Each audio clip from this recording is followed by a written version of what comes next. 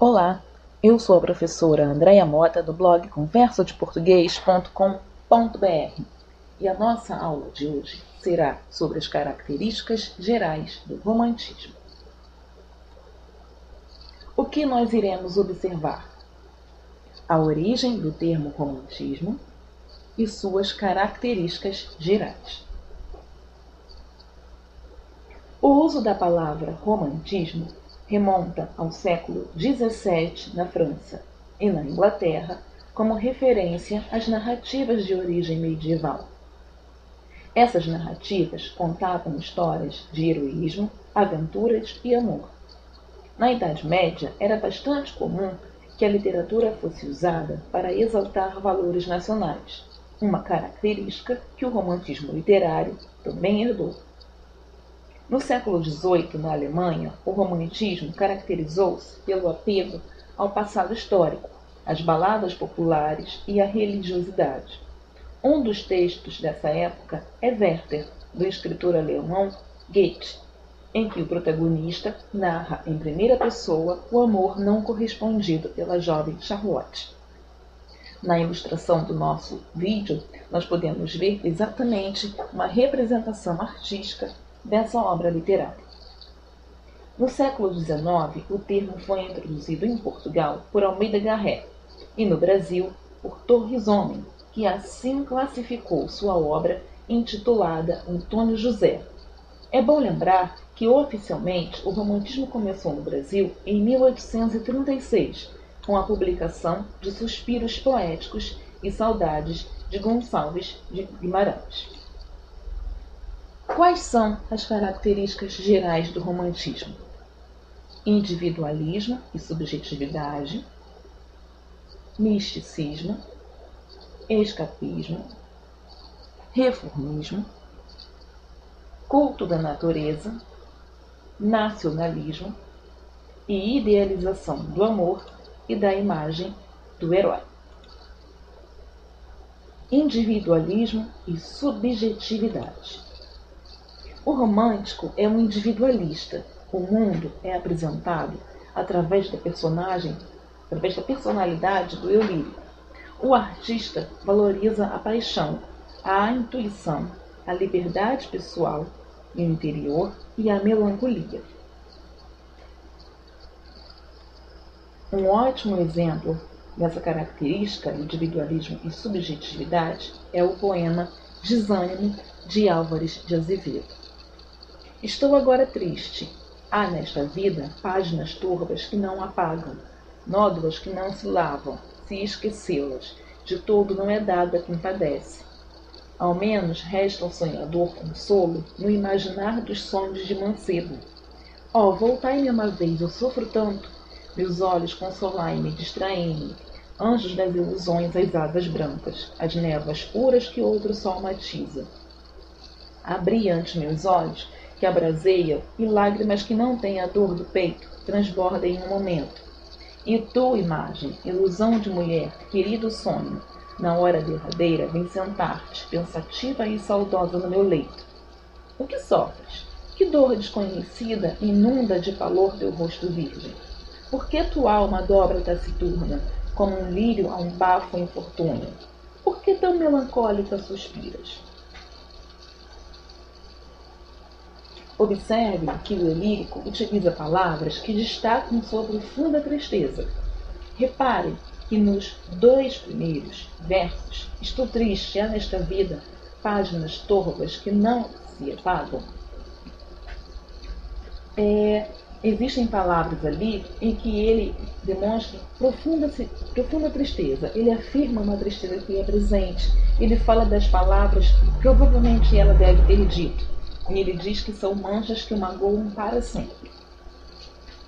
Note que a seguir ele diz só ter consolo nos sonhos e que acordado é imenso o seu sofrimento. Misticismo. O indivíduo busca explicações além do catecismo cristão, a fim de explicar seus dilemas existenciais. Escapismo. É o desejo romântico de afastar-se da realidade para um mundo idealizado. Esta característica já estava presente nos textos do arcadismo, sob o rótulo de fugere urbem, que em latim significa fugir da cidade. Porém, naquele movimento literário, o artista utilizava imagens campestres para representar a fuga da realidade. Lembra que Tomás Antônio Gonzaga, um dos nossos poetas árcades, ao fazer Maria de Dirceu, destacava o ambiente em que ele vivia como um ambiente campestre. No romantismo, o escapismo pode ser representado pela loucura, pelo sonho, pela imaginação, pela morte ou pela fuga no tempo. Pode ser, por exemplo, um poema em que se aborde a infância do eu lírico ou o passado glorioso da pátria.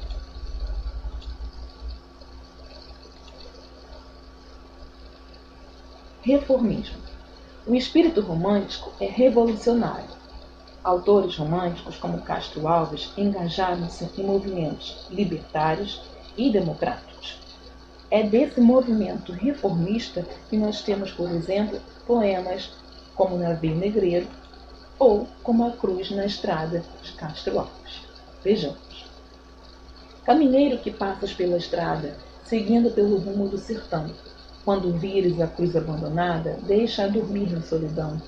Que vale o ramo do alecrim cheiroso que lhe atiras nos braços ao passar? Vais espantar o bando buliçoso das borboletas que lá vão pousar. É de um escravo, humilde sepultura, foi-lhe a vida ao velar da insônia atroz. Deixa-o dormir no leito da verdura, que o Senhor dentre as selvas lhe compôs. Não preciso de ti. O gaturamo geme por ele à tarde no sertão. E a Juriti, do taquaral no ramo, povoa a solução da solidão. Dentre os braços da cruz, o parasita, num abraço de flores se prendeu. Chora a orvalhos a grama que palpita, e acende o vagalume o facho seu. Quando à noite o silêncio habita as matas, a sepultura fala a sós com Deus. Prende-se a voz na boca das cascatas, e as asas de ouro aos astros lá nos céus. Caminheiro, do escravo desgraçado, o sono agora mesmo começou. Não lhe toques no leito desnivado, há pouco a liberdade o desposou. Observe que Castro Alves, como um poeta revolucionário já do fim do século XIX, mostra em seu texto A Cruz na Estrada a triste sepultura de um escravo recém-morto. E aí ele vai dizendo, que é preciso deixar este escravo dormir em paz, já que sua vida foi de extrema penúria.